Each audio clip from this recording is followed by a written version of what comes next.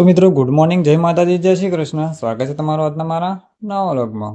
અત્યારમાં આપણે બેસી ગયા છે બાયણે, કારણ કે રાતે વરસાદે ભૂકા બોલાવી દીધા અને એમો તો ઉર્વીનું જેસીબી પાણી બુડી દીધું.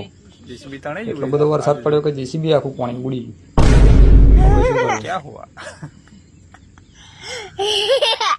આ બાજુ ખાટલા બાટલા વાળવાના પડ્યા છે અને જ્યોતિ બેઠી છે શાંતિથી.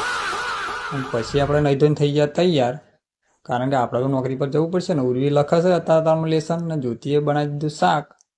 પણ આજે આપણે જવાનું છે ટિફિન લીધા વગર. અત્યારમાં પૌવા વગાડી દીધેલા અને હવારમાં વિચાર્યું કે ગાડી કાઢવી કઈ થઈને પછી આપણે ફટાફટ ગાડીને ઉડાડી અને પછી પહોંચી ગયા હોય કોરી પર.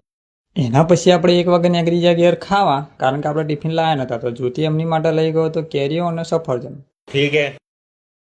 ઉર્વી, અમુ ને જ્યોતિને ખાતેલા કેરીને આપણે બેસી ગયા ખાવા. બટાકા તુવેરનું શાક હતું અને બાજરીનો રોટલો. કમ્પ્લીટ સોરીને કમ્પ્લીટ ખાઈ લીધું અને થેલો બેલો તૈયાર કરી દીધો, કારણ કે આપણે પાછું જવાનું છે નોકરી. તો એની પહેલા આપણે ગયા બીજા ખેતરમાં, કારણ કે અહીં ગાડી અડધો કાગર ઉપરથી ઉડી ગયેલો. તો પપ્પાને બધો કાગર બોતેલા, મમ્મી શીલા રોપતેલી, બાલી વાળતેલી અને જ્યોતિ બેઠેલી. આના પાછો ફોન જોઈએ છે. તો મિત્રો વિડીયો આપણે પૂરો કરી દઈએ. વિડીયો સારો લાગે લાઈક કરો, શેર કરો અને ફોલો કરી લેજો. પૂરો વિડીયો જોયો તો આપણે યુટ્યુબ ચેનલમાં